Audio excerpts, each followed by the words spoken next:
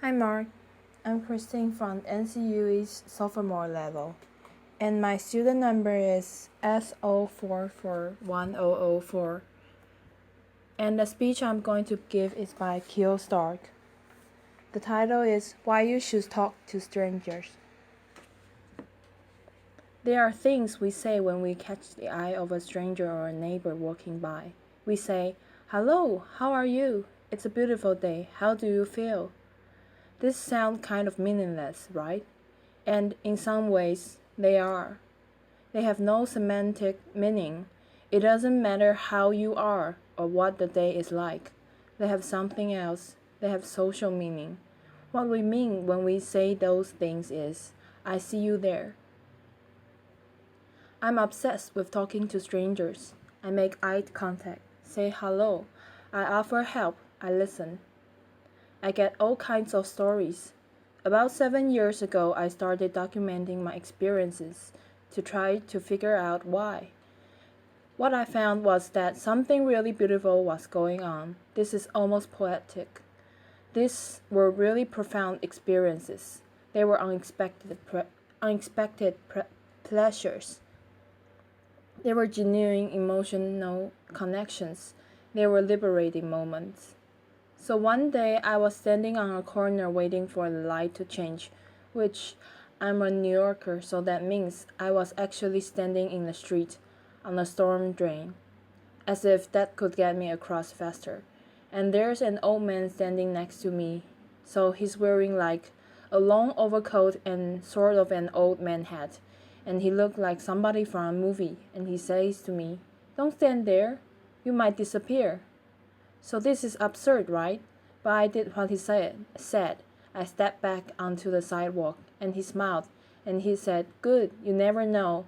I thought I might have turned around, and zoop, you are gone. This was weird, and also really wonderful. He was so warm, and he was so happy that he had saved me. We had this little bond for a minute. I felt like my existence as a person has been noticed, and I was worth saving. The really sad thing in this is, in many parts of the world, we are raised to believe that strangers are dangerous by default, and that we can't trust them, that they might hurt us. But most strangers aren't dangerous. We're uneasy around them because we have no context. We don't know what their intentions are, so instead of using our perceptions and making choices, we rely on this category of stranger. I have a 4-year-old. When I say hello to people on the street, she asks me why. She says, "Do we know them?" I say, "No, they're our neighbors." "Are they our friend?" "No, it's just good to be friendly." I think twice every time I say that to her because I mean it. But as a woman particularly, I know that not every stranger on the street has the best intentions. It is good to be friendly, and it's good to learn when not to be, but none of that means we have to be afraid. There are two huge benefits to using our senses instead of our fears. The first one is that it liberates us. When you think about it, using perceptions instead of categories is much easier said than done. Categories are something our brains use. When it comes to people, it's sort of a shortcut for learning about them. We see male, female, young, old, black, brown, white, stranger, friend, and we use the information in that box. It's quick, it's easy, and it's a road to bias. And it means we are not thinking about people as individuals. I know an American researcher who travels frequently in Central Asia and Africa alone. She's entering into towns and cities as a complete stranger. She has no bounds, no connections. She's a foreigner. Her survival strategy is this: get one stranger to see you as a real individual person. If you can do that, you will help other people see you that way too. The second benefit of using our senses has to do with intimacy. I know it sounds a little counterintuitive. Intimacy and strangers. But these quick interactions can lead to a feeling that social psychologists call fleeting intimacy. So, it's a brief experience that has emotional resonance and meaning.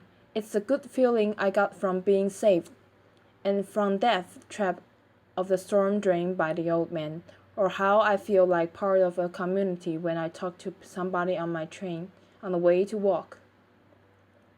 Sometimes it goes further. Researchers have found that people often feel more comfortable being honest and open about their inner selves with strangers than they do with their friends and their families. That they often feel more understood by strangers. This gets reported in the media with great lament. Strangers communicate better than spouses. Isn't it's a great headline, right? I think it entirely misses the point. The important thing about these studies is just how significant these interactions can be, how this special form of closeness gives us something we need as much as we need our friends and our family. So, how is it possible that we have communicated so well with strangers? There are two reasons. The first one is that it's a quick interaction. It has no consequences. It's easy to be honest with someone you are never going to see again, right? Then that makes sense. The second reason is where it gets more interesting. We have a bias when it comes to people we are close to. We expect them to understand us. We assume they do. And we expect them to read our minds. So imagine you are at a party and you can't believe that your friend or your spouse isn't picking up on it, that you want to leave early. And you are thinking, I gave you the look. With a stranger, we have to start from scratch. We tell the whole story. We explain who the people are, how we feel about them. We spell all the inside jokes. And guess what? Sometimes they do understand us a little better. Okay, so now that we know that talking to strangers matters, how does it work? There are written rules we tend to follow. The rules are very different depending on what country you are in, what culture you are in. In most part of the US, the baseline expectation in public is that we maintain a balance between civility and privacy. This is known as civil attention. So imagine two people are working towards each other on the street. They'll glance at each other from a distance. That's civility, the acknowledgement. And then as they get closer, they'll look away to give each other some space. In other cultures, people go to extraordinary lengths not to interact at all. People from Denmark tell me that many Danes are so averse to talking to strangers that they would rather miss their stop on the way on the bus that say excuse me to someone that they need to get around. Instead, there's this elaborate shuffling of bags and use your body to say that you need to get past instead of using two words. In Egypt, I'm told it's rude to ignore a stranger, and there's a remarkable culture of hospitality. Strangers might ask each other for a sip of water, or if you ask someone for directions, they are very likely to invite you home or coffee. We see these unwritten rules most clearly when they are broken, or when you are in a new place and you are trying to figure out what the right thing to do is. Sometimes breaking the rules a little bit is where the action is. In case it's not clear, I really want you to do this, okay? So, here's how it's going to go. Find somebody who's making eye contact. That's a good signal. The first thing is simple smile. If you are passing somebody on the street or in the hallway here, smile. See what happens. Another is triangulation. There's you, there's the stranger, and there's some third thing that you are both might see or comment on, like a piece of public art or somebody preaching in the street or somebody wearing funny clothes. Give it a try. Make a comment about that third thing and see if it starts a conversation. Another is what I call noticing. This is usually giving a compliment. I'm a big fan of noticing people's shoes. I'm actually not wearing fabulous shoes right now, but shoes are fabulous in general, and they are pretty neutral as far as giving compliment goes. People always want to tell you things about their awesome shoes. You may have already experienced the dogs and babies principle. It can be awkward to talk to someone on the street. You don't know how they are going to respond, but you can always talk to their dog or their baby. The dog or the baby is a social conduit to the person, and you can tell by how they respond whether they are open to talking more. The last one I want to challenge you is disclosure. This is a very vulnerable thing to do, and it can be very rewarding. So, next time you are talking to a stranger and you feel comfortable, tell them something true about yourself, something really personal. You might have that experience I talked about, feeling understood.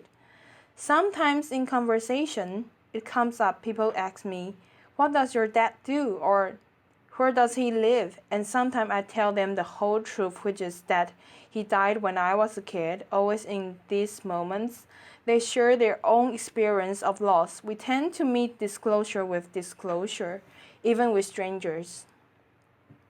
So, here it is. When you talk to strangers, you are making beautiful interruptions into the expected narrative of your daily life and others and theirs. You are making unexpected connections. If you don't talk to strangers, you are missing out on all of that. We spend a lot of time teaching our children about strangers. What would happen if we spent more time teaching ourselves? We could reject all the ideas that make us so suspicious of each other. We could make a space for change. Thank you. Applause.